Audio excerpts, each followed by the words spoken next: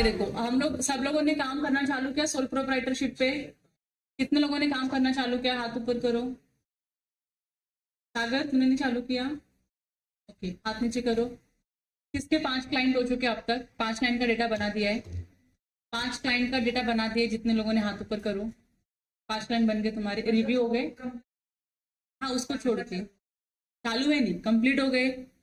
Complete हो गए। हाँ 5 कंप्लीट हुए किसी के नहीं, 4 कंप्लीट हुए किसी के भी क्लाइंट, 4 कंप्लीटेड, मतलब जितना बताया था उतना कंप्लीटेड तुम्हारा अकेले का। 3 जिनके भी कंप्लीट हुए हैं, हाथ अच्छे से ऊपर करो, दिखना चाहिए मेरे को, दिखना चाहिए। 1 2 पूनम तुम्हारा 3 कंप्लीट हुआ या नहीं हुआ? नहीं कंप्लीट हुआ ना, मतलब ठीक है, हाथ नीचे रखो। ओके, कितने लोगों के 2 क्लाइंट कंप्लीट हो गए? 2 बना के हो गए, 2 लोगों का डेटा रेडी किया जितना आपने बताया। पूनम का अकेले का हुआ, 2 संकेत तुम्हारा भी नहीं हुआ, तो हाथ तो ही पूछो, जितना बताया है उतना हुआ है ना। 1 क्लाइंट किसके हुए? लिया हाथ में और वो क्लाइंट कंप्लीट किया, 1। हाँ ठीक है, अभी हाथ नीचे करो। आप लोगों की एफिशिएंसी देखो कितनी वीक है या कितनी स्लो है, कि आप लोगों को खाली कुछ डेटा भरने के लिए दिया और आप लोगों का अभी तक वो 1 2 3 4 5 के ऊपर पहुंचा ही नहीं है। नहीं आई अग्रीड, मैं ये नहीं बोल रही हूँ कि मैं ब्लेम नहीं कर रही हूँ कि इनको कि अरे आप लोग बिल्कुल ही नहीं कर रहे हो, मैं बोल रहा एफिशिएंसी लो है आपकी। जो चीजें 1 घंटे में, आधे घंटे में, 2 घंटे में हो जानी चाहिए थी वो अभी तक हुई नहीं है। और बहुत ही क्लियरली आपको इंस्ट्रक्शन है सर के साइड से भी कि आप लोगों को सारी चीजों को साथ में रख के ही मास्टर डेटा को भी अपडेट करना है। और सर ने डेडलाइन दे दिया है मंडे तक का। अब मंडे तक का अगर डेडलाइन मिला है हमको, तो हमको कंप्लीट तो करना पड़ेगा ना, करना पड़ेगा या नहीं करना पड़ेगा? देखो हम यहाँ पे जितने भी लोग बैठे हैं ना, कोई भी इलिट गुरुकुल के ऊपर नहीं है, बराबर? कोई है ऐसा नहीं, मेरे को over riding power elite Gurukul से भी ज्यादा पावर्स मेरे को, या फिर मेरा ऐसा है कुछ वट वगैरह नहीं है। इलिट गुरुकुल के बाद अगर हमको किसी का सुनना है तो किसका सुनना है? राम सर का। क्यों राम सर का सुनना है? बस ऐसे ही, वही इलिट गुरुकुल है, उन्होंने जिस चीज को डेवलप किया है उन्होंने ही ये सारी चीजें लेकर आए, तब जाके आज हम लोग यहाँ पर है। तो उनके पास डेफिनेटली कुछ ना कुछ पावर्स है। एंड अगर वो बोल रहे कोई चीज करने के लिए, आई एग्रीड कि 100% नहीं होता है, बट हम लोग अपना 80-70% तो दे सकते हैं ना, कि हाँ सर इतना तो हो गया है। कम से कम हम टारगेट लेके चलेंगे तो हमारी चीजें फटाफट खत्म होगी। टारगेट ही नहीं होगा ना हमारी जिंदगी में, तो खत्म ही नहीं होना है। और जो भी चीज आप शुरू करते हो बिना किसी टारगेट या डेडलाइन को लेके कि इस टाइम पे खत्म होना चाहिए, वो कभी खत्म नहीं होता है, क्योंकि हम उसको पोस्टपोन करते जाते हैं। क्योंकि और भी 4 चीजें बीच में आएंगे तो हम उसको पीछे छोड़ देते हैं, फिर उसको लेंगे, फिर पीछे और नई 4 चीजें ऐड होंगी, फिर ये चीजें ना ऐड होती रहेंगी। ऐसा कभी नहीं होगा आपके साथ कि आपको नई चीजें करने के लिए नहीं मिलेगा। आप जो काम कर रहे हो उसके साथ आपको एडिशनल काम भी करने के लिए मिलेगा, बट दैट डजंट मीन कि आपको ये जो काम, जो बहुत ही इंपॉर्टेंट काम है, जो बहुत सालों से पेंडिंग है, वो कंप्लीट नहीं कर। डेडलाइन देने का ये भी रीजन है क्योंकि अब तक हम लोगों ने कभी डेडलाइन नहीं दिया था, इसके लिए कभी कंप्लीट ही नहीं हुआ। दिया भी रहेगा तो कभी सीरियसली लिया नहीं, इसके लिए कंप्लीट नहीं हुआ है। अब प्रॉब्लम क्या है पता है? अब सीरियसली नहीं लेके करेंगे ना, तो हम सबके ऊपर रिस्क है। हम सबको एक लाइन से मतलब वो बोलते हैं ना टॉर्चर, सुनना पड़ेगा। क्यों? क्योंकि बहुत ज्यादा इंपॉर्टेंट है। पीयर रिव्यू सर के ऊपर आ गया। अब तक हमने एकदम स्ट्रिक्टली क्यों नहीं लिया? कुछ हमको चेक करने के लिए कोई नहीं, कोई पूछने के लिए नहीं है, इसके लिए हम उसको बहुत ही लाइटली ले रहे थे, कर रहे थे, करना चालू किया, भूल गए, आ गया, अटक गए, खत्म हो गया उधर ही। उसके आगे हमने उसको कभी लेकर ही नहीं गए। अब पीयर रिव्यू लगेगा, पीयर रिव्यू हमारा कंप्लीट नहीं हुआ ना बिफोर 31 मार्च, तो हम 31 मार्च 24 के एक भी बैलेंस शीट को साइन नहीं कर सकते हैं। ना पीयर राज करेगा ना रापा कर पाएगा, क्या ही मतलब है फिर? इसके लिए डेडलाइन लेके काम करना हम लोगों को, ताकि बाकी सारी चीजें जो ऑन गोइंग है वो होनी है। जिसका काम ड्यू डेट का नहीं है उनको तो यही करना है, जिनका काम ड्यू डेट का है, ड्यू डेट के साथ इसको भी करना है। प्लस अभी तुम लोगों का ऑडिट भी चालू होने वाला है उस कॉलेज पे, वहां भी जाना है तुमको। ये सब मैनेज करके तुमको मास्टर डेटा बनाना, कम से कम 2 क्लाइंट का अगर दिन में बनाते हो तो भी बहुत अच्छा है। एटलीस्ट जितना डेटा अवेलेबल है उस डेटा को एक जगह पे लेके आ जाओ, वो अच्छा है। क्या डेटा नहीं है उसको नॉट अवेलेबल लिख के छोड़ दो, उसको वहां पे रुक के टाइम वेस्ट मत करो कि अरे हमको समझ में नहीं आ रहा है, क्या करे, कैसे करे, नहीं आ रहा है तो बैठ जाते हैं, ऐसा मत करो। जो चीज पे जहाँ पे अटक जाते हो, इमीडिएट यश है आपके पास, यश को पूछ लो। और यश को भी, यश के ऊपर भी मैं एक ऑब्लिगेशन डालती हूँ कि यश 1-1 घंटा लेके किसी के साथ नहीं बैठना है। तुम 2-5 मिनट में जो भी उनकी क्वेरीज है रिजॉल्व कर दो। रिजॉल्व नहीं हो रही 2-5 मिनट में, या उनको नहीं समझ में आ रहा है, तो उसको ट्रेनिंग मॉड्यूल के लिए ग्रुप पे डाल दो कि इसका ट्रेनिंग ले लो फिर से एक बार। बहुत लोगों को नहीं समझा, क्योंकि तुमको आइडिया आ जाएगा जब तुम सबके साथ बैठ के वो काम करोगे। तो rather than you investing your 1 hour 2 hour for each and every person, एक के साथ इसको सबके लिए हम कर देते हैं अवेलेबल, बराबर की नहीं। तो उससे क्या होगा, यश का भी टाइम बचेगा, आप लोगों का भी टाइम बचेगा, और आप लोग फिर नेक्स्ट काम पे मूव कर जाओगे। तो इसके लिए आप लोगों को थोड़ा अलर्ट होकर अब ये काम करना पड़ेगा, सिर्फ कॉपी पेस्ट का काम नहीं है, आपको समझ समझ के काम करना है। तो पहला 2-4 क्लाइंट करने के लिए, 5 क्लाइंट करने के लिए आपको थोड़ा टाइम लगेगा, क्योंकि हाथ नहीं बैठा है, माइंड में हमको वो सेंटेंस या वो वर्डिंग क्लियर नहीं है कि कौन से डॉक्यूमेंट्स कहाँ जाने वाले। इसके लिए आपको क्या करना है, 4-5 क्लाइंट का डेटा बनाना है, उसमें टाइम लगेगा। एक बार 4-5 क्लाइंट का बना लोगे ना, हाथ बैठ जाएगा। जब हाथ बैठ जाएगा ना किसी भी चीज के ऊपर, तो काम फिर डिफिकल्ट नहीं होता, फिर आपका एफिशिएंसी ऐसे ही डेवलप होता है ना, एफिशिएंसी ऐसे ही बढ़ेगा। अब जितने लोगों ने भी अभी यहाँ पे सारे के सारे न्यू ज्वाइनीज है, शुरू किया था, मतलब यूज करना शुरू किया था, तो आपको डिफिकल्ट लगता था, सारी चीजें आपने एक बार में सीख ली थी क्या? एक बार बताया और हो गया था क्या? नहीं ना। आप उसको हर महीने प्रैक्टिस करते गए, प्रैक्टिस करते गए, करते गए, करते गए, finally you are at a level कि जहाँ पे आपको समझ में आता है कि कौन सा डेटा कहाँ जाने वाला है। ये सर नो, बराबर की नहीं। अब आपको सॉफ्टवेयर यूज करना आता है, तो वैसे ही होता है, अगर आप प्रैक्टिस करोगे किसी भी चीज को बार बार बार बार, तो डेफिनेटली आपको एक चीज आ ही जाएगी। इसके लिए 4-5 क्लाइंट का डेटा करने के लिए आपको टाइम लगेगा। एक बार 4-5 कंपनी का डेटा या क्लाइंट का डेटा आपने कर लिया ना, विल बी लाइक ओके, समझ में आ गई कौन सा डॉक्यूमेंट कहाँ जाना है, तो अंडरस्टैंडिंग डेवलप हो जाती है। तो थोड़ा सा अलर्ट होके काम करो, थोड़ी सी एफिशिएंसी बढ़ाने का ट्राई करो, थोड़ा सा एक्स्ट्रा टाइम डिवोट करने का ट्राई करो, क्योंकि जब हमने ट्रेनिंग ही चालू किया है, it is suppose to start at 7:30, but ये 8:30 को स्टार्ट होता है, 8:45 को स्टार्ट होता है, एंड होते होते 11, 11:30, 11:15 बज जाता है। तो आप लोगों को रियलाइज नहीं हो रहा है, बट हाफ डे आपका कहाँ चला गया पता है? सिर्फ और सिर्फ ट्रेनिंग में चला गया, और फिर बचे हैं आपके पास सिर्फ हाफ डे। मतलब अगर मैं तुम्हारा लंच वगैरह ब्रेक माइनस कर दूं, तो खाली 5 से 6 घंटे आप लोग बैठते हो काम करने के लिए। That means you are getting paid for full day and but you are getting salary, sorry, you are getting for full day but you are working for half day only. इसमें आपकी गलती नहीं हो कि ट्रेनिंग प्रोवाइड करना हमारी जिम्मेदारी है, और हमको पता है अगर इस मोमेंट पे आपको ज्यादा ट्रेनिंग नहीं देंगे तो फिर आप नहीं कर पाओगे जो काम आपसे एक्सपेक्टेड है। इसके लिए ट्रेनिंग का टाइम बढ़ाया गया, but it will not go for ever कि आपको इतना टाइम ट्रेनिंग करना ही पड़ेगा। जो चीजें आपको आती है, आपको जरूरत नहीं है उसको ट्रेनिंग में बैठने के लिए, लेकिन बैठते तो बहुत ही अच्छा होता है। लेकिन जब आप 5-6 घंटा काम करते हो, तो मेक श्योर करो कि उस 5-6 घंटे में ना आप सिर्फ और सिर्फ इतना दिल लगा के काम करते हो कि जो भी काम अपने हाथ में ले आओ, खत्म करके जाओ। छोटी मोटी चीजें रह जाती है तो उसको खत्म करके तब निकलो, ताकि वो पर्टिकुलर काम क्लोज हो जाए तुम्हारे, कल के लिए तुम्हारे पास फ्रेश काम बचे। टाइम हो गया, 6 बज गया, 7 बज गया, हमारा टाइम हो गया, हम चले जाते हैं। ट्राई करो थोड़ा सा एक्स्ट्रा बैठने के लिए, क्योंकि सुबह आप काम भी शुरू थोड़ा लेट ही करते हो, तो ट्राई करो, पॉसिबल होता है तो बैठो। अब जिनकी बसेस होते हैं, जिनको पॉसिबल नहीं होता, उनके लिए मैं कुछ नहीं करती, then you have to move. तो बहुत ज्यादा कंफ्यूजन हो रहा था जब हमने ये शीट बनाया, तो शीट भी ड्राफ्टेड ही था, मैंने आपको खाली फोल्डर्स बताए क्या है कैसे बताए। अब आप लोग एक्चुअल में प्रैक्टिकल में काम कर रहे हो, तो we are coming to know कि हाँ भाई यहाँ पे प्रॉब्लम है, इसको ज्यादा बताने की जरूरत है, इसको दिखाने की जरूरत है। इसके लिए हम लोग कल रात को बैठ के 4-5 लोगों ने, हम लोगों ने फिर से इसको हमने थोड़ा सा मॉडिफाई किया। तो ये आपकी जो एक्सेल शीट है, आई होप आपको केवाईसी में कोई डाउट नहीं है। अगर है तो प्लीज पूछ लो, मैं एक्सप्लेन करूंगी, मेरे को एक्सप्लेन करने में मतलब किसी पर्टिकुलर पॉइंट पे डाउट है कि नहीं मैम ये वाला नहीं समझ में आता है, इसमें क्या करना था? हाँ, बैंक डिटेल्स में क्या डाउट है? इसमें देखो, आपको बैंक का नाम लिखना है, इसमें आपको कुछ ऐसा डॉक्यूमेंट रखना नहीं, स्टोर नहीं करना है। आपके पास क्लाइंट के बैंक स्टेटमेंट आते हैं हर महीने, बराबर की नहीं। अगर किसी क्लाइंट का एक ही बैंक है, तो यहाँ पे जैसे से फॉर एग्जाम्पल उसके बैंक का नाम है बैंक ऑफ बड़ौदा, तो आपने यहाँ पे बैंक का नाम लिखना है, कौन सी ब्रांच का है, एड्रेस भी हमको पता होना चाहिए, तो एड्रेस लिख देना है। वो जनरली कहाँ मिलता है आपको? स्टेटमेंट में मिल जाएगा। फिर उसके बाद क्या है, बैंक डिटेल्स में क्या क्या, account name, account number, IFC code, Swift code, MICR code और ब्रांच कोड, इसको इग्नोर करो आप, इसको डालने की जरूरत नहीं। हमको जितना पता है आईएफसी कोड ढूंढना पड़ेगा ना फिर उनको,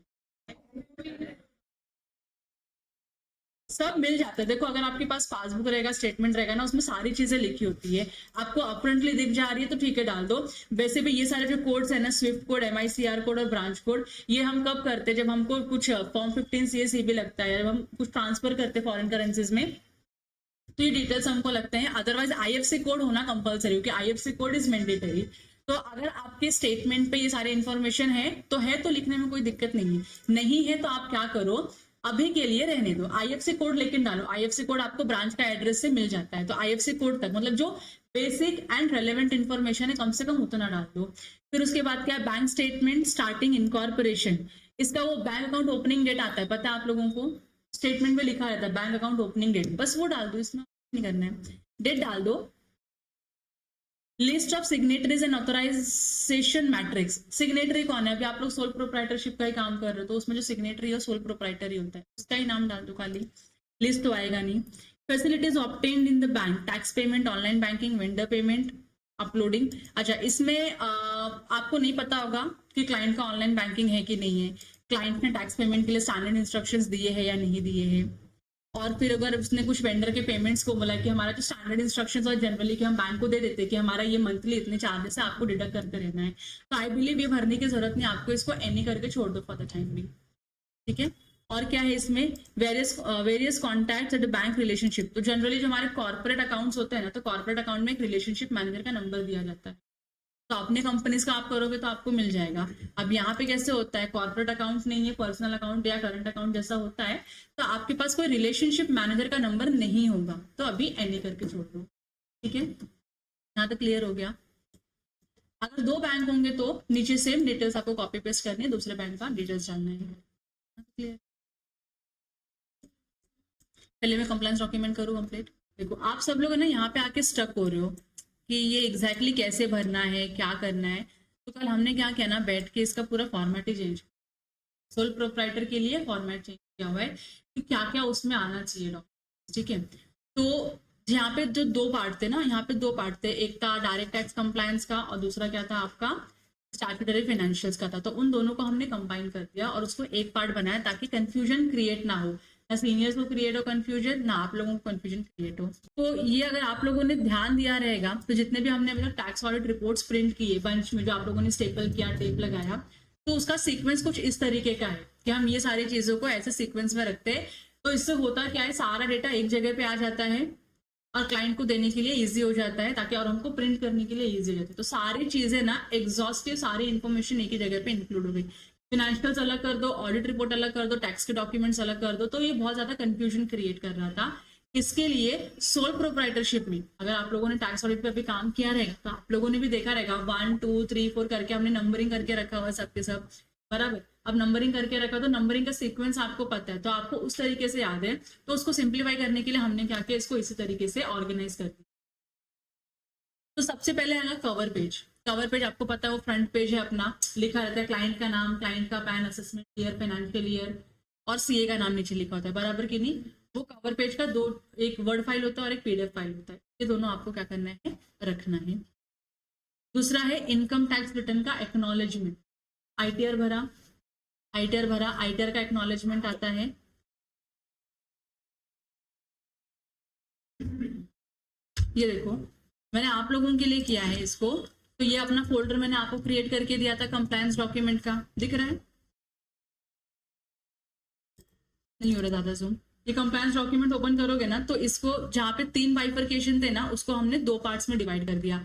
एक है स्टैट्यूटरी टैक्स कंप्लायंस डॉक्यूमेंट और उसके आगे हमने दूसरा क्या कर दिया, टीडीएस एंड एडवांस टैक्स का डॉक्यूमेंट रख दिया। अब स्टैट्यूटरी टैक्स कंप्लायंस में आपका financial statement, tax audit report और जो अदर डॉक्यूमेंट्स होते हैं वो सारे के सारे इस सीरियल नंबर वाइज ऐड कर दिए गए। तो सबसे पहले टॉप पे आपका कवर पेज आता है, तो कोई कंफ्यूजन, करेक्ट और नॉट।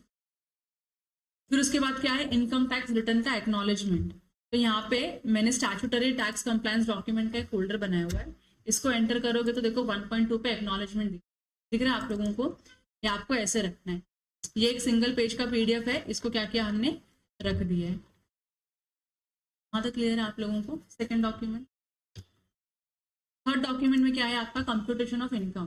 कंप्यूटेशन ऑफ इनकम का हम प्रिंट देते हैं क्लाइंट को, जब हम प्रिंट देते हैं तो एक पीडीएफ जनरेट करते हैं, तो वो पीडीएफ यहाँ पे रखा है। तो यहाँ पे देखोगे 1.3 पे computation of income financial year के साथ मेंशन किया है मैंने, तो आप लोगों को भी इसको फाइनेंशियल ईयर के साथ ही क्या करना है, मेंशन, ताकि ओपन करके समझ में आए कि मैं कौन से फाइनेंशियल ईयर का डेटा ओपन कर रही हूँ।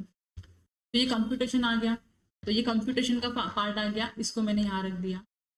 Compliance document, statutory tax compliance documentation में ये 3 चीजें हो गई। 4 नंबर पे क्या आपका फाइनेंशियल स्टेटमेंट है।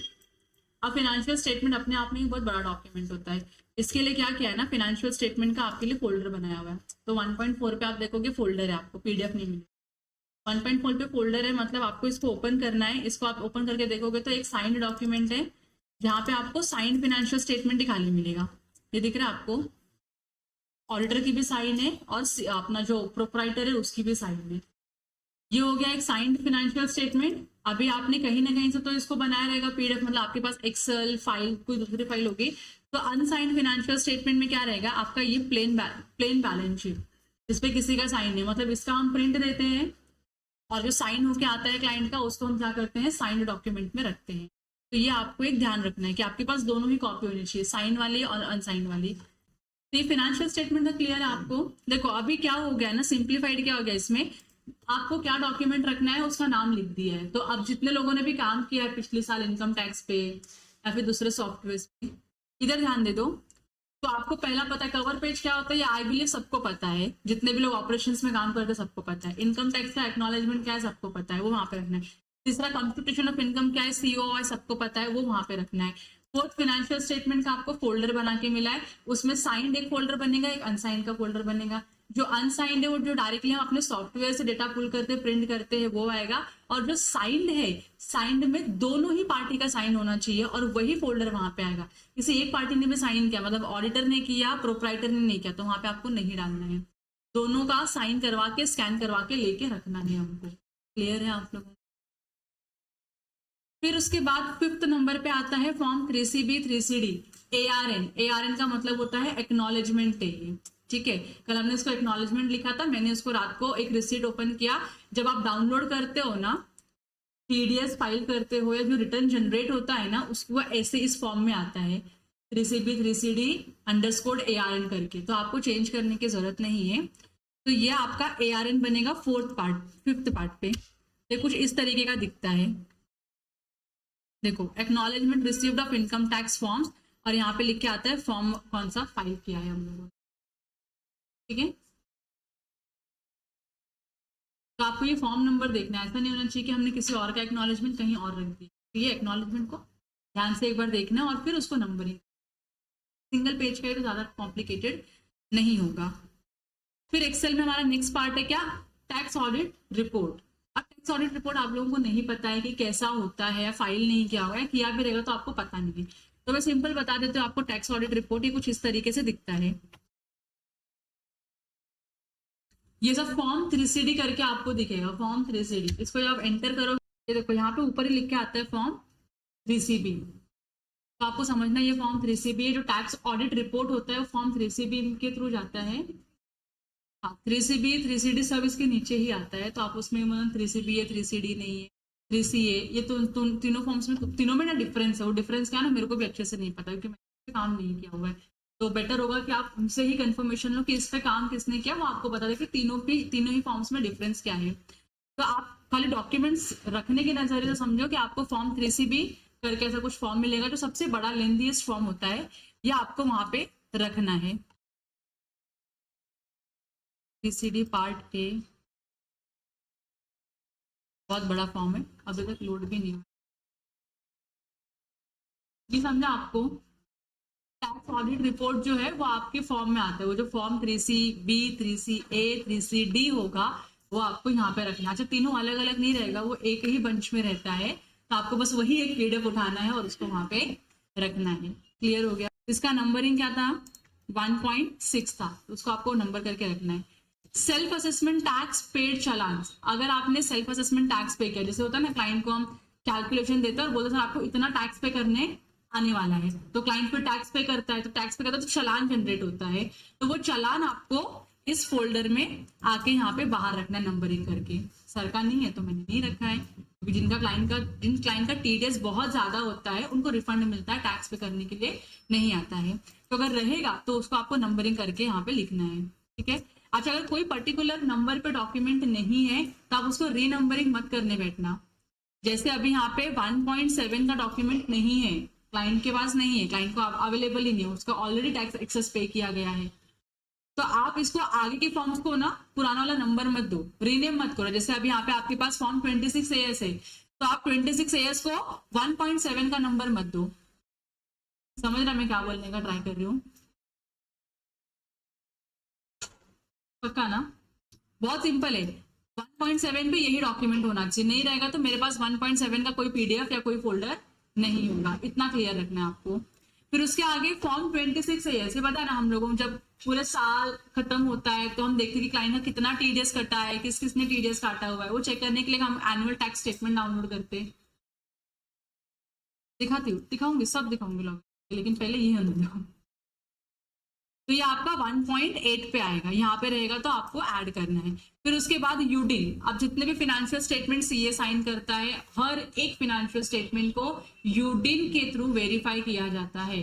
तो कॉपी ऑफ यूडिन जनरेट, आप जब फाइलिंग करते हो तो फाइलिंग के टाइम में आप यूडिन जनरेट करते हो, लेकिन उसका एक्नॉलेजमेंट, जनरली जो टैक्स ऑडिट करते हैं ना, एक्नॉलेजमेंट डाउनलोड नहीं करते, मतलब जो यूडिन का पेपर होता है वो डाउनलोड नहीं करते और यहाँ पे रखते नहीं है। तो आपको देखना है, नहीं रहेगा तो बताना है कि इसका यूडिन अवेलेबल नहीं, तो यूडिन की कॉपी भी वहां पे हम डाउनलोड करके रख देंगे। ठीक है, ये रहना ही है, ये हर एक फाइनेंशियल स्टेटमेंट जो सर्टिफाई हुआ है ना, रहना ही है। नहीं हुआ, कभी कभी ऐसा भी होता है गलती से कि हमने काम कंप्लीट कर दिया और बोला कि यूडिन बाद में जनरेट करेंगे, टाइम पीरियड होता है 30 डेज का टाइम पीरियड होता है यूडिन जनरेट का, और 30 डेज के बाद भूल भी जाते हैं कभी कभी जनरेट करने के लिए, तो प्रॉब्लम हो जाता है। इसलिए आप ये बनाओगे और दिखेगा आपको यहाँ पे इसका यूडिन नहीं है, तो फिर हमको उसके ऊपर एक्शन लेना पड़ेगा कि यूडिन जनरेट करे या नहीं करे या कैसे करे। इसके लिए वो यूडिन जनरेट होना चाहिए और यूडिन की कॉपी होनी चाहिए। नहीं है तो इंटीमेट कर दो कि इसका यूडिन नहीं मिला हमको, तो ढूंढ के दे देंगे, कहीं ना कहीं तो मिल जाएगा डेटा, खाली आपके पास कॉपी में यहाँ पे अवेलेबल। फॉर्म 10IE करके आपको अभी वो new tax regime old tax regime आया हुआ आप लोगों को पता है, तो अगर आपको आपका टैक्स रेट चेंज करवा के लेना है, पुराने रिजिम में या नए रिजिम में फॉर्म भरना है, तो आपको फॉर्म 10IE करके कुछ फॉर्म होता है वो भरना पड़ता है। वो भी आपको जो भी रिस्पेक्टिव पर्सन है वो सिखाएगा। अगर भरा रहेगा करंट पर्टिकुलर फाइनेंशियल ईयर में तो वो यहाँ पे PDF करके आना चाहिए, नहीं भरा रहेगा तो नहीं आएगा। फिर यहाँ पे जब रिटर्न फाइल करते हैं, रिटर्न प्रोसेस होता है, तो इंटीमेशन आता है क्लाइंट को इनकम टैक्स से कि आपका कोई डिमांड नहीं है, कोई रिफंड नहीं है, आपका रिटर्न सक्सेसफुली प्रोसेस हो जाता है। तो वो इंटीमेशन आपको डाउनलोड करके यहाँ पे रखना है 1.13 पे। अगर ऑफिसर ने कोई डिमांड के लिए असेसमेंट ऑर्डर पास किया है तो आपको डिमांड की कॉपी वहां पे रखनी है। फिर उसके बाद अगर आपका रिफंड आना था, रिफंड अभी तक आया नहीं है, रिफंड का स्टेटस क्या है वो आपको अपडेट करना है। तो यहाँ पे अगर आपने कोई रिफंड क्लेम किया रहेगा तो आई बिलीव वो आपके जो एक्नॉलेजमेंट आते तो उसमें डेटा आ जाता रहेगा कि इतना रिफंड पेंडिंग है। आप लॉग इन करके देखोगे तो रिफंड कब प्रोसेस हुआ, कब आपके अकाउंट में क्रेडिट हुआ, पूरा डिटेल्स वहां पे मिल जाता है, तो उसको अपडेट कर देना। फिर उसके आगे ये है, अगर आपको इनकम टैक्स से कोई नोटिस आई है तो यहाँ पे रहेगा, नहीं आई है तो नहीं रहेगा। अब नोटिस आई है या नहीं आई वो भी चेक करना होता है लॉगिन करके, अदरवाइज पता नहीं चलता है। तो वो कैसे चेक करते हैं नोटिस वो भी बता दूंगी आपको। फिर ये लास्ट के जो 3 पार्ट है ना, ये इंपॉर्टेंट पार्ट है। तो जहां जहां पे जिस क्लाइंट का सॉफ्ट कॉपी में हमने फाइनेंशियल स्टेटमेंट प्रिपेयर किया हुआ है किसी भी सॉफ्टवेयर के थ्रू, वो यहाँ पे आना चाहिए। विनमैन फाइल होगा वो यहाँ पे आएगा, और उसके बाद टैक्स ऑडिट है तो कुछ उसके एडिशनल वर्किंग्स होती है जो आपको करंट ईयर में देखने मिलेगी। वो वर्किंग का एक एक्सेल ही होता है पूरा का पूरा, वो यहाँ पे आएगा। तो उसको रखना कैसे, आपको यहाँ पे नंबरिंग करना है। जैसे अभी मैंने यहाँ पे इसको रख दिया है, ये फाइनेंशियल स्टेटमेंट है राम पाटिल एंड एसोसिएट्स का, तो मैंने ये रख दिया। और उसके आगे जो आपकी टैक्स ऑडिट की वर्किंग होगी, वर्किंग का एक ही एक्सेल है, उस एक्सेल को भी आपको यहाँ पे रखना है अगर अवेलेबल होगा तो। ठीक है, बनाया रहेगा तो, अदरवाइज हमने हमारे क्लाइंट के लिए जनरली वो एडिशनल वर्किंग नहीं बनाया। तो कंप्लायंस डॉक्यूमेंट का एक पार्ट क्लियर हो गया आप लोगों को, स्टैट्यूटरी टैक्स कंप्लायंसेस, उसमें क्या क्या जाना है। तो कुछ नया नहीं बताया मैंने आप लोगों को, जितना अब तक आप लोग करते आए हो, प्रिंट करके बंच बना के क्लाइंट को देते आए हो, बस उसका ही क्या है पूरा एक बंडल मैंने बता दिया है। क्लियर है। फिर नेक्स्ट है TDS and advance tax compliances, इसको साथ में कर दिया है। अगर आप देखो क्लाइंट जो हमारे पास एडवांस टैक्स के ज्यादा नहीं, सिर्फ 5 से 6 ही क्लाइंट है, वो भी संकेत सर आपको एक्सेल दे देंगे कि कौन से क्लाइंट है। तो जब उस क्लाइंट का ही करोगे तो ही वहां पे एडवांस टैक्स का डेटा आएगा, वरना डेटा नॉट एप्लीकेबल आ जाएगा। ठीक है, तो एडवांस टैक्स अगर आपको करना है तो आपके पास एडवांस टैक्स का फोल्डर होना चाहिए। तो यहाँ पे देखो एडवांस टैक्स का एक फोल्डर बना दिया, तो अभी एडवांस टैक्स का फोल्डर बना दिया, क्लाइंट का फाइलिंग होता है, तो जैसे इसमें खाली आपको अलग से अंदर कुछ फोल्डर बनाने की जरूरत नहीं है, खाली एक्नॉलेजमेंट ही आता है क्वार्टर वाइज, वो आपको यहाँ पे रख देना है, बाकी और कुछ करना नहीं है। तो 4 मैक्सिमम हो कि 4 PDF होंगे, उससे ज्यादा नहीं होंगे। फिर आपने TDS पे किया है मंथली अगर आपने TDS पे किया है तो आपको क्या करना है, TDS का यहाँ पे फोल्डर बनाया हुआ है अलग से। यहाँ पे मैंने Q1 Q2 Q3 4 क्वार्टर रख दिया है। क्वार्टर 1 में अप्रैल मई जून, ये तीनों महीने का जो TDS पे किया है उसका चालान या एक्नॉलेजमेंट जो आता है यहाँ पे आ जाएगा। प्लस आपने जो क्वार्टर एंड होने पे रिटर्न फाइल किया रहेगा, रिटर्न का एक्नॉलेजमेंट यहाँ पे आ जाएगा बस। वैसे आपको सारे क्वार्टर्स के लिए करना है, वो भी एप्लीकेबल होगा तो नहीं। टीडीएस के भी हमारे पास 10-12 ही क्लाइंट है, उसका भी नाम संकेत को बोलूंगे आपको दे देंगे। तो आप लोगों को पता है कि इसी क्लाइंट का टीडीएस और इसी क्लाइंट का एडवांस टैक्स होना है और किसी का नहीं होना है। तो फिर बाकी सबके लिए आप क्या लिख दोगे यहाँ पे, नॉट एप्लीकेबल। फिर यहाँ पे रिटर्न फाइल एक्नॉलेजमेंट वो आपको यहाँ पे मिल जाएगा। मंथली टीडीएस वर्किंग आपको मिल जाएगा, उसी फोल्डर में आपको रखना है। 16 फॉर्म 16A और 16 अगर आपने किसी क्लाइंट को इशू किया है, किसी अपने एम्प्लॉयज को इशू किया है, तो उसका रिकॉर्ड यहाँ पे होना चाहिए। जनरली एक आधा क्लाइंट छोड़ के हमारे पास कोई ज्यादा क्लाइंट नहीं है जो फॉर्म 16 और 16A अपने एम्प्लॉयज को इशू करते हैं, तो खाली उसी पर्टिकुलर क्लाइंट का आपको करना है, बाकी सबके लिए नॉट एप्लीकेबल। और अगर टीडीएस का एडवांस टैक्स का कोई नोटिस आया रहेगा, आपको लॉग इन करके चेक करना है, नोटिस आया रहेगा तो यहाँ पे आपको उसको अपडेट करना, बाकी और कुछ नहीं। तो मैक्सिमम आपको ये 3 से 4 डॉक्यूमेंट इतने ही आपको फिल करने हैं, वो भी 5 से 10 क्लाइंट्स के, उससे ज्यादा क्लाइंट्स के नहीं। ये ठीक है। फिर उसके बाद जीएसटी का आप लोग डेटा प्रॉपरली मेंटेन कर रहे हो। जीएसटी का आपका क्लाइंट के अंदर मंथ वाइज फोल्डर बनता है, तो GST R1 2A 2B 3B और 99 से जिस क्लाइंट को एप्लीकेबल होगा उस क्लाइंट को, तो ऐसे आपके ये फोल्डर्स बन जाएंगे। इस फोल्डर्स के अंदर आपको सारे डॉक्यूमेंट जैसे आप अभी रखते हो वैसे ही रखना है, कोई कॉम्प्लिकेशन उसमें नहीं है। प्लस अगर आपको कोई नोटिस आई रहेगी तो वो आपको वहां पे रखना है, बताना है। अगर कुछ रिफंड आपने क्लेम किया रहेगा तो उसका डेटा भी वहां पे होना चाहिए, और इसके अलावा कुछ नहीं।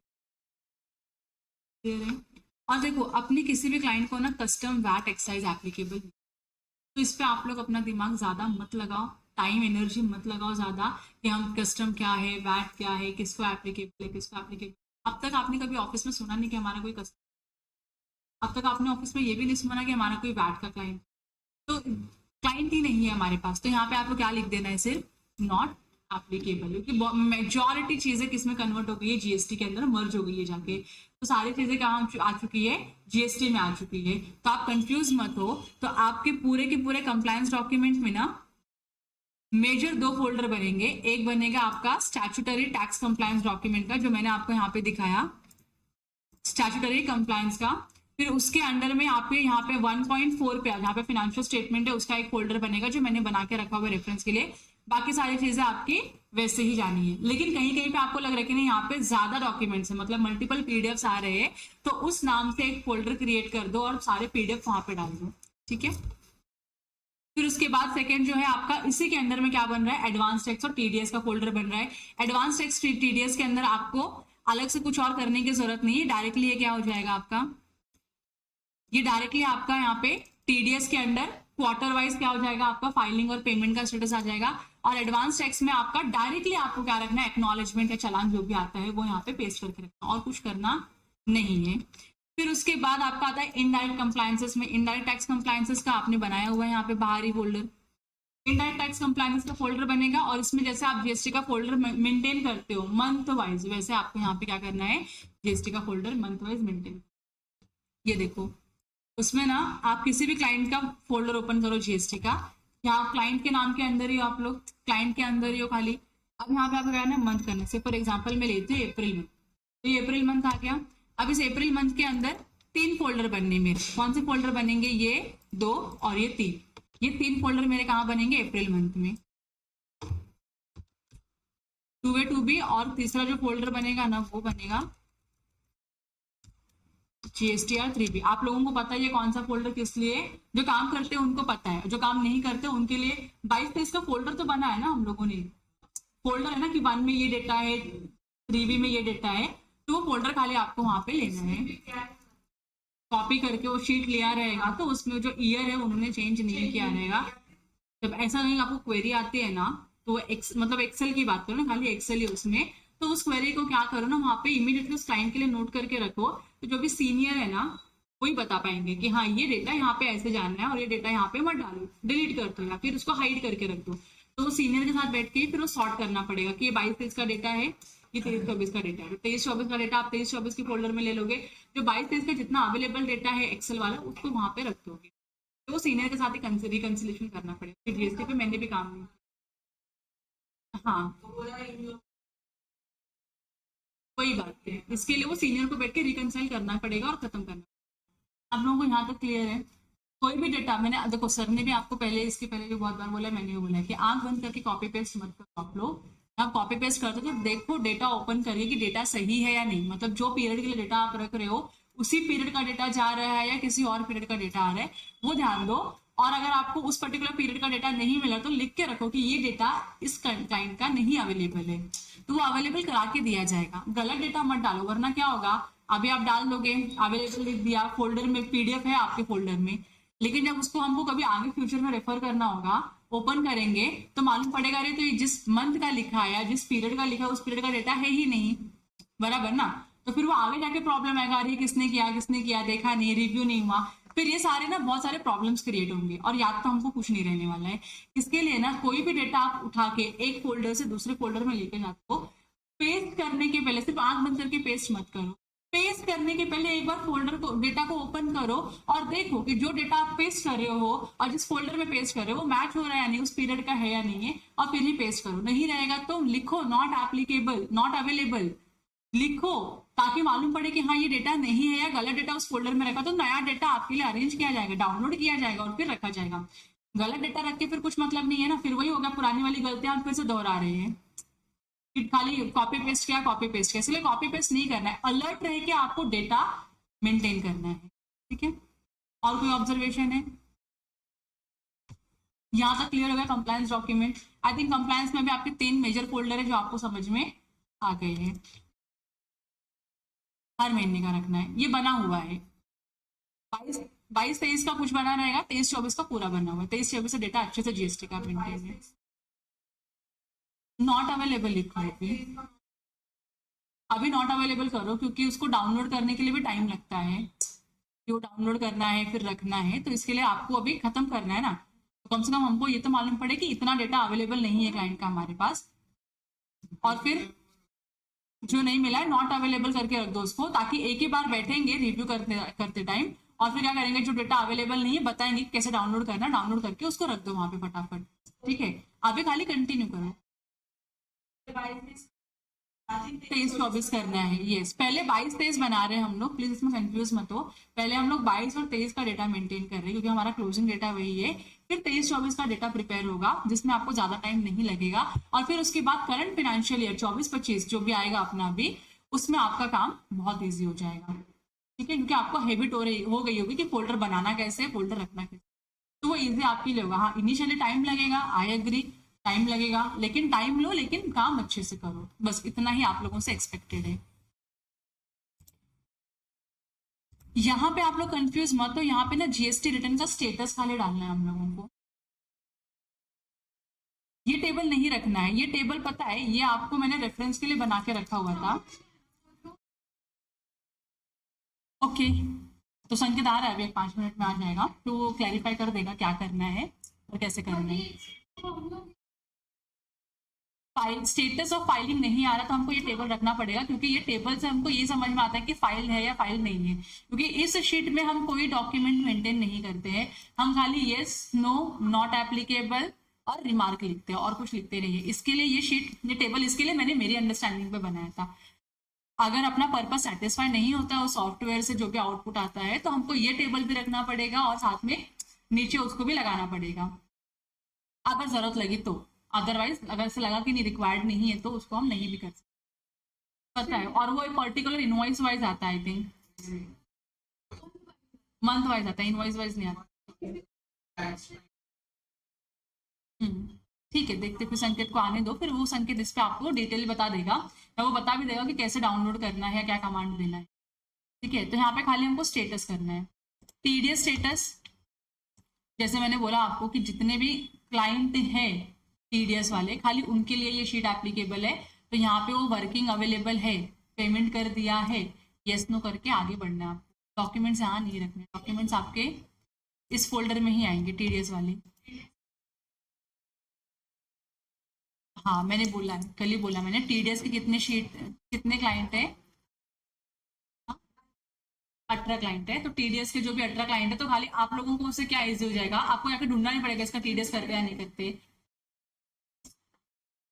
बड़े रहेंगे, ऐसा नहीं है कि क्लाइंट नहीं बढ़ते, पड़े रहेंगे, देखते जो भी शीट वो लोग देंगे, जो भी अपडेटेड शीट होगी उसके हिसाब से जिस क्लाइंट के सामने टीडीएस का नाम लिखा हुआ तो समझ जाने का उसका टीडीएस का काम है। तो हम क्या करेंगे फिर उसके टीडीएस की शीट को अपडेट करेंगे, नहीं रहेगा तो बिना मतलब का क्यों ना नॉट एप्लीकेबल ये करके अपना एफर्ट्स डालने का, उसमें ढूंढने का एफर्ट्स डालने का सिंप्लीफाइड कर देते हैं।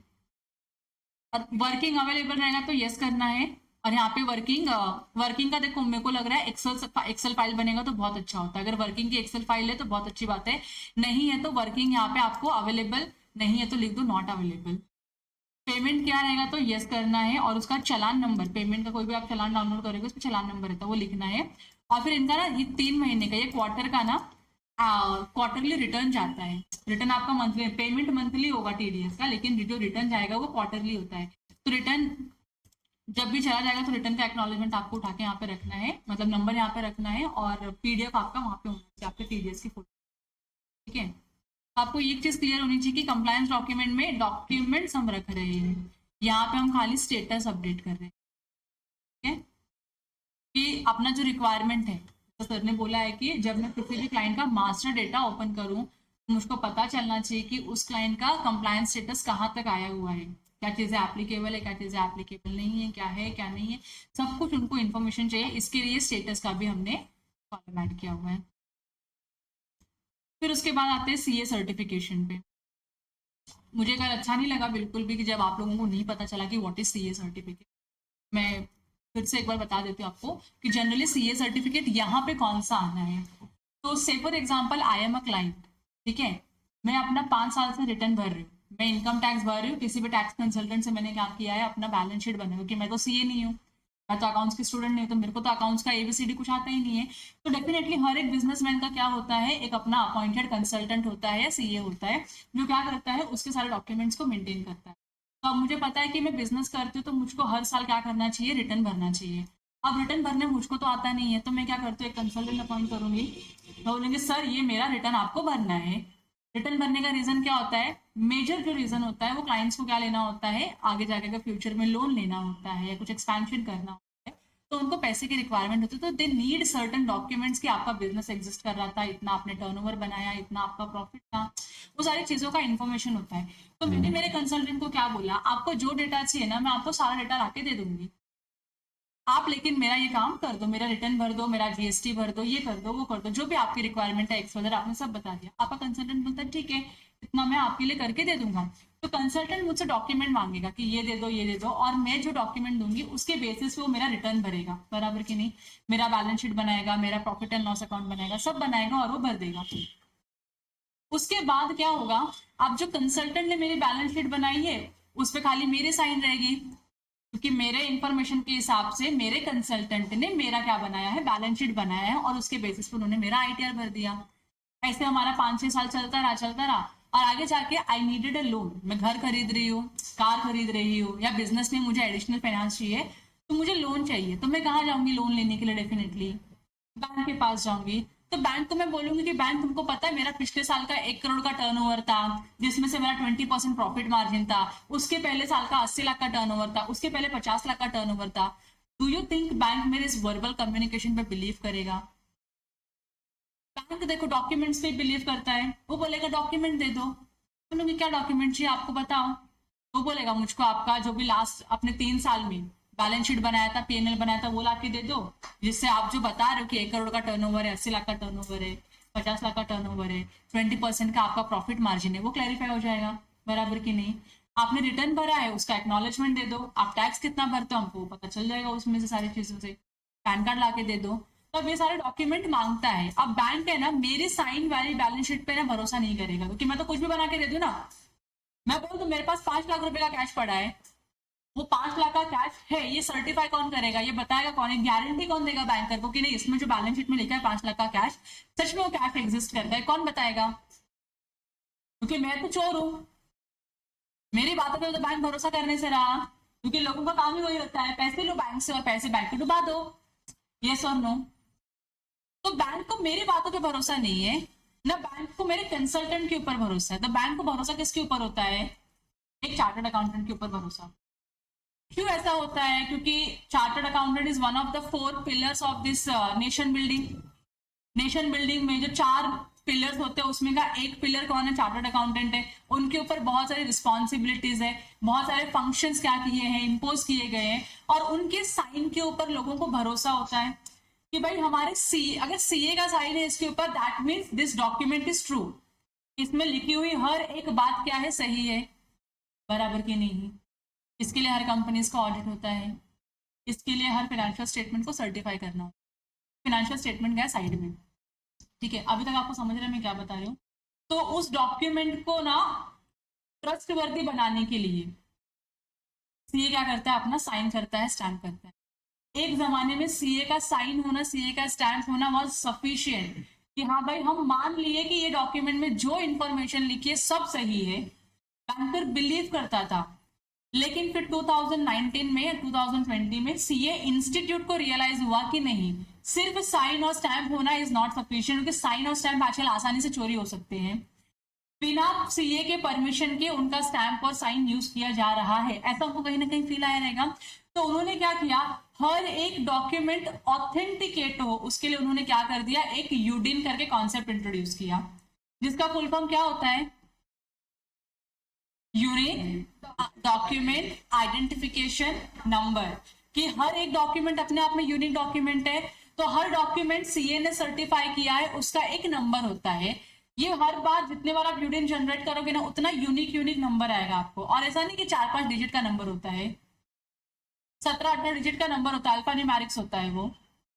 तो उससे होता क्या है कि अगर कोई पीस ऑफ पेपर है, यहाँ पे है नहीं लेकिन मान लो अगर मेरे हाथ में कोई पीस ऑफ पेपर है, उसके ऊपर कुछ इंफॉर्मेशन लिखा है, जैसे उस पर लिखा हुआ है कि आरती विश्वकर्मा एंड एसोसिएट्स का लास्ट 3 साल का ये टर्नओवर है, और उस पर सीए की साइन और स्टैंप है, उसके साथ सीए का यूडिन नंबर भी है ना, तो वो डॉक्यूमेंट क्या मानी जाएगी, ऑथेंटिकेटेड मानी जाएगी, उस डॉक्यूमेंट को वैलिड माना जाएगा, और उसके बेसिस पे बैंक क्या करती है, आपको लोन ग्रांट करती है। समझ में आ रहा है आप लोगों को?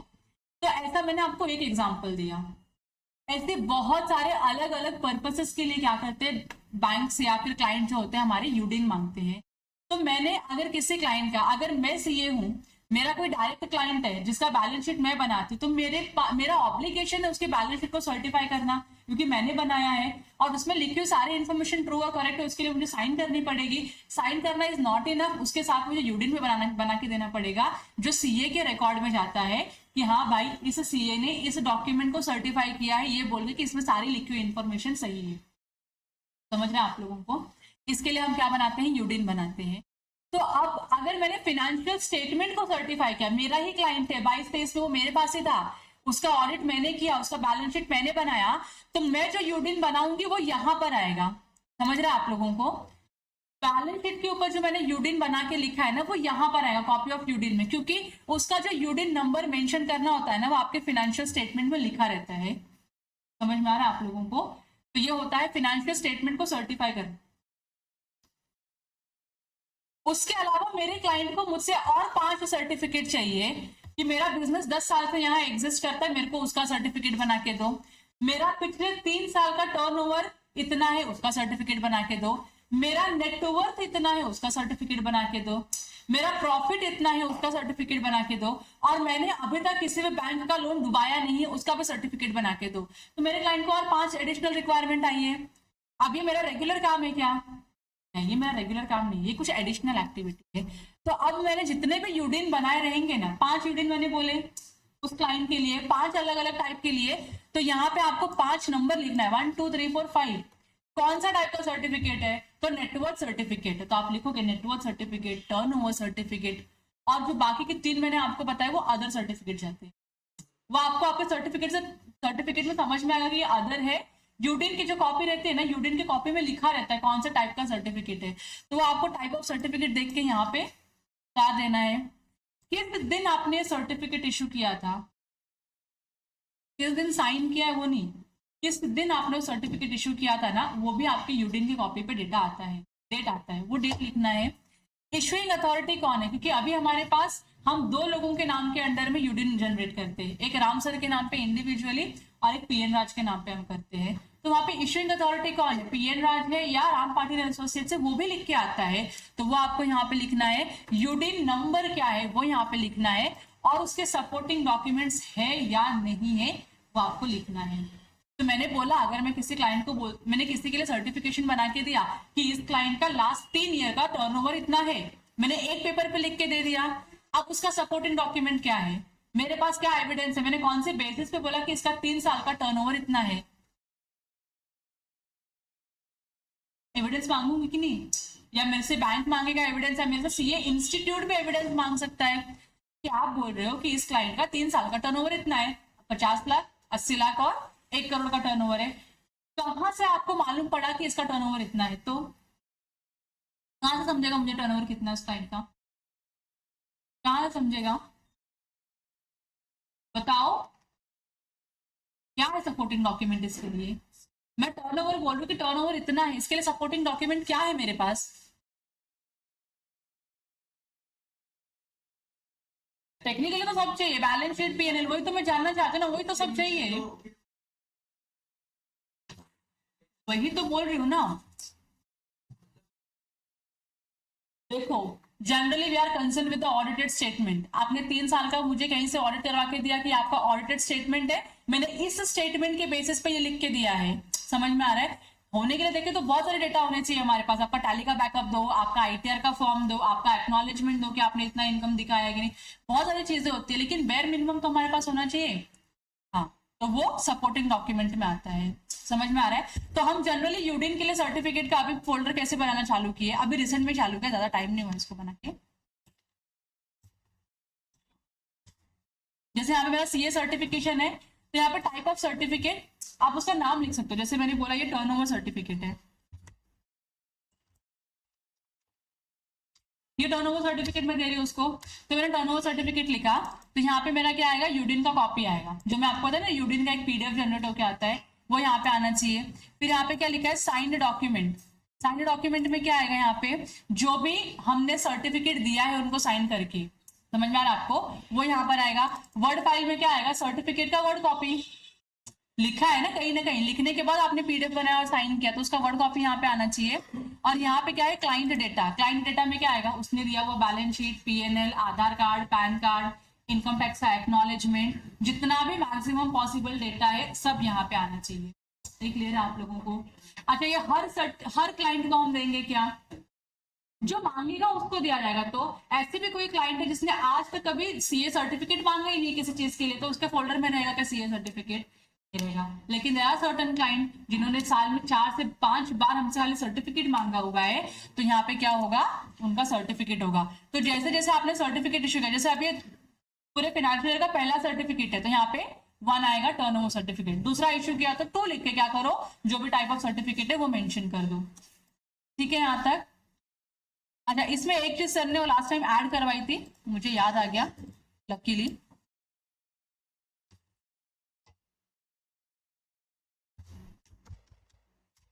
फीस हम कितना चार्ज कर रहे हैं सर्टिफिकेट को इशू करने का, 1000, 500, 2000, 5000, 10,000, what ever is the fees, ये आपको यहाँ पे मेंशन करना है। यहाँ पे क्लियर हो गया? हर एक क्लाइंट का हर एक सर्टिफिकेट का अलग अलग होता है। ये ठीक है, सीए सर्टिफिकेट में समझा। फिर मंथली अकाउंटिंग डेटा, ये आप लोगों को पता ही है। इसमें आपका क्या बनेगा, फोल्डर बनेगा, सेल्स इनवॉइस का फोल्डर है, परचेस इनवॉइस का फोल्डर है, बैंक स्टेटमेंट का फोल्डर है, टैली पे एंट्री हुआ है या नहीं, और कोई भी आपका एडिशनल रिमार्क होगा तो यहाँ पे आएगा पूरा का पूरा। इसका भी मैंने आपको फोल्डर बना के दिया था, सेल्स इनवॉइस, परचेस इनवॉइस। ये क्लियर है आपको? ये मंथ वाइज आपको मेंटेन करके रखना है। तो यहाँ पे आपका मंथ होगा, मैंने मंथ लिखा है, इसका मतलब है आपको जो मंथ का आप डेटा इंसर्ट करो, मंथ आपको यहाँ पे लिखना है और उसके अंदर आपका डेटा होना चाहिए। ठीक है? लास्ट में पेरोल है। पेरोल में ना बहुत ज्यादा आप लोग कंफ्यूज हो रहे हो, आप लोगों को मैं सिंप्लीफाइड करने के लिए एक ही चीज खाली बोलती हूँ। पेरोल में जो भी आपके सोल प्रोप्राइटर क्लाइंट है ना, सोल प्रोप्राइटर खाली आपका यही कॉलम भरेगा, पीटीईसी भरेगा, बाकी और कुछ भरना नहीं है आपको। समझ रहे आप लोगों को? कोई पीटीआरसी लेता नहीं है, कोई पीएफ लेता नहीं, कोई ईएसआईसी लेता नहीं, ऐसा कोई भी सोल प्रोप्राइटर क्लाइंट अपने अपने पास अब तक के रिकॉर्ड में नहीं है जिसने पीटीआरसी लिया है, पीएफ लिया है और ईएसआईसी लिया है। पीटी भी लोग अब लेना चालू किए हैं, इसलिए क्योंकि जीएसटी डिपार्टमेंट बिना पीटी के आपको रजिस्ट्रेशन नहीं दे रहा है। तो अब उनके लिए कंपलसरी हो गया, तो मजबूरी में आके वो लोग पीटीईसी का रिटर्न भर रहे हैं और पीटीईसी का रजिस्ट्रेशन ले रहे हैं। अदरवाइज लास्ट ईयर में आपको किसी के भी फोल्डर में नहीं दिखेगा कि किसी भी क्लाइंट का पीटीईसी है। तो अगर किसी भी क्लाइंट का पीटीईसी, देखो अब होना तो सभी क्लाइंट का चाहिए, नहीं है तो क्या लिखोगे, नॉट अवेलेबल।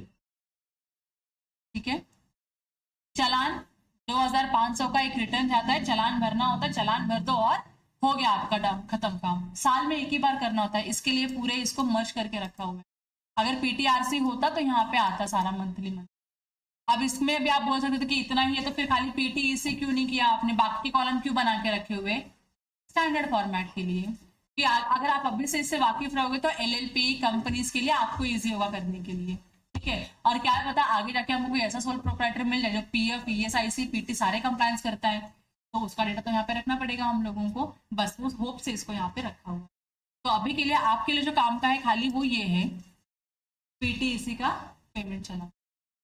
एक रजिस्ट्रेशन सर्टिफिकेट आता है जो आप केवाईसी में रखोगे, साल भर में एक बार पेमेंट करोगे तो ये यहाँ पे आपका पेरोल के फोल्डर में आ जाएगा। ठीक है, पेरोल में भी आपका ये पीटीआरसी एक फोल्डर है, पीटीईसी एक फोल्डर है, पीएफ एक फोल्डर है और ईएसआईसी एक फोल्डर है। सारे अलग अलग कॉन्सेप्ट, सारे अलग अलग कंप्लायंसेस है।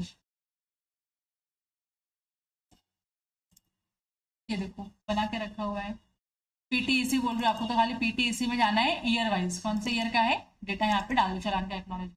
ये भी फोल्डर नहीं करोगे तो भी चल जाएगा, डायरेक्टली ओपन रख दो, कोई दिक्कत नहीं है, क्योंकि एनीवेज उसका कुछ अभी ये नहीं, साल में एक ही बार जाना है, एक ही पीडीएफ जाना है उधर और कुछ करना है तो क्यों फोल्डर बनाने का एक पीडीएफ। यहाँ तक क्लियर आप लोगों? हाँ संकेत सर, अभी ये शीट भर पाओगे, मतलब जितना डेटा आपके पास अवेलेबल होगा उसकी बेसिस पे भर पाओगे। इसके बाद भी डाउट आएगा, मैं नहीं बोल रहा कि डाउट नहीं आएगा, पर पूछो, डाउट आएगा तो पूछो। इमीडिएटली रिजॉल्व होगा तो बहुत अच्छी बात है, नहीं रिजॉल्व हुआ तो कल के ट्रेनिंग के लिए ट्रेनिंग के ग्रुप पे मैसेज डालो आप लोग कि हमको ये कॉन्सेप्ट नहीं समझा है, प्लीज इसके ऊपर कल ट्रेनिंग ले लो। ऐसा एक मैसेज डाल दोगे आप लोग, सब लोग, सब लोग। देखो अगर किसी भी क्लाइंट का अभी सोल प्रोप्राइटर है तो आई थिंक हमने इसको कल ही चेंज किया है या पता नहीं, 3 ही है ना आप लोग जो भी एक्सेल यूज कर रहे हो उसमें 3 ही है ना। हाँ तो ये क्या है, एंटिटी का प्रोफेशन टैक्स जिसको हम पीटीईसी बोल रहे हैं। अगर आपके पास है सर्टिफिकेट क्लाइंट का पीटीईसी है तो यहाँ पे पीटीईसी का नंबर आता है, वो नंबर यहाँ पे डालना स्टार्टिंग विद 9, वो 9 से कोई तो डिजिट शुरू होता है, ये नंबर यहाँ पे डालना है। और रजिस्ट्रेशन पेरोल का जो आपका फोल्डर है उसके अंदर आपको वो सर्टिफिकेट रखना है पीटीईसी का। ठीक है, और यहाँ पे आपको स्टेटस लिखना है अवेलेबल, नहीं है तो नॉट अवेलेबल लिखना है। तो हमको मंगाना पड़ेगा या डाउनलोड करना पड़ेगा कि भाई कैसे डाउनलोड करते हैं देख लो। क्लियर है?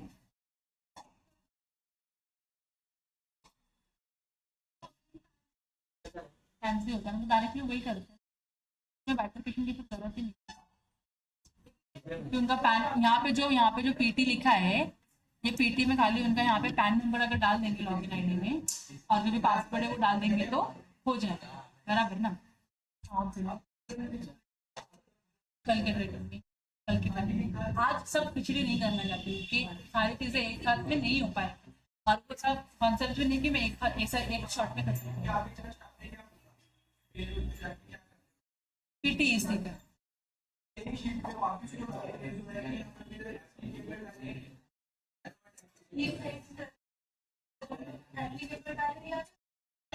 मैं तुम लोगों को एक बेसिक बाइफरकेशन देती हूँ, what is not applicable, what is not available. ठीक है, अवेलेबल का मतलब क्या होता है,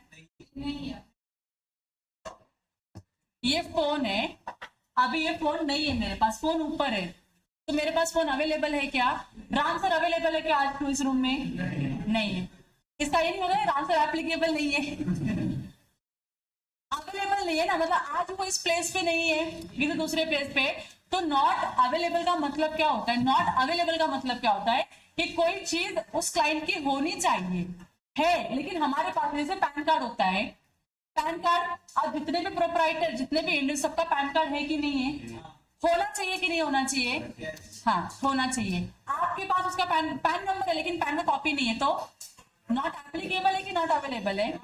नॉट अवेलेबल। मतलब मेरे पास अगर कोई चीज नहीं है जो होनी चाहिए, इसका ये मतलब है कि ये नॉट अवेलेबल है हमारे पास। समझ आए? जीएसटी रजिस्ट्रेशन है मेरा, मैं मास्टर डेटा भर रही हूँ, लेकिन नंबर है लेकिन सर्टिफिकेट नहीं है, तो नॉट अवेलेबल की नॉट एप्लीकेबल?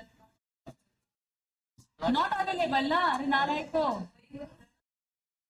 मैंने क्या बोला तुमको समझा? Ram Patil and associates GST registered है या नहीं है? जीएसटी में रजिस्ट्रेशन है राम पाटिल एसोसिएट्स का? है। आप लोग जब उनका मास्टर डेटा बना रहे हो तो आप लोगों के पास जीएसटी सर्टिफिकेट नहीं है, तो आप क्या लिखोगे वहां पर? नॉट अवेलेबल, क्योंकि सर्टिफिकेट तो है उनका, तुम्हारे पास नहीं है ना, नॉट अवेलेबल। समझ में आ रहा है आप लोगों को? नॉट एप्लीकेबल क्या? मैं एक ऐसी एंटिटी हूं जिसका टर्नओवर अभी तक 20 करोड़ से ऊपर, 20 लाख से ऊपर गए नहीं, सॉरी। मैं एक ऐसी एंटिटी हूँ आरती विश्वकर्मा एंड एसोसिएट्स, उनके बुक में 500 रुपए का इनकम बुक नहीं हुआ है। बताओ मेरे को जीएसटी एप्लीकेबल की नॉट एप्लीकेबल? क्या? नॉट एप्लीकेबल ना। अब जब मेरे पास जीएसटी एप्लीकेबल ही नहीं है तो क्या मेरे पास जीएसटी सर्टिफिकेट होगा? तो क्या लिखोगी उधर? Not applicable. बराबर की नहीं? बोल। लोग ये नहीं समझते हैं कि ईएसआईसी क्या है।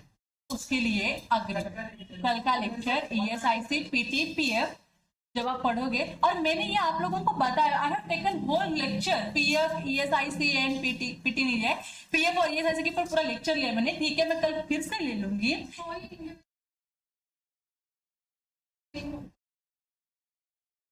सिंप्लीफाइड है। अपने भी जितने भी सोल प्रोप्राइटर है ना, किसी को कोई फर्क नहीं पड़ता है पीएफ पीटी ईएसआईसी से।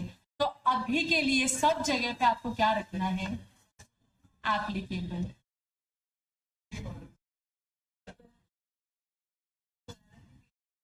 ईसी ना, पीटी ईसी खाली वो अवेलेबल, वो भी जिसने करंट ईयर में लिया है उनको, क्योंकि पिछले साल तक तो वो था भी नहीं। पिछले साल तक देखो, अभी जितने का भी आप डेटा बना रहे हो सारे मोस्ट ऑफ द टाइम क्या है? GST registered entity. ठीक है, तो उन्होंने क्या नहीं किया है? पीटी नहीं लिया, उनको बिना पीटी के क्या मिल जाएगा? GST registration.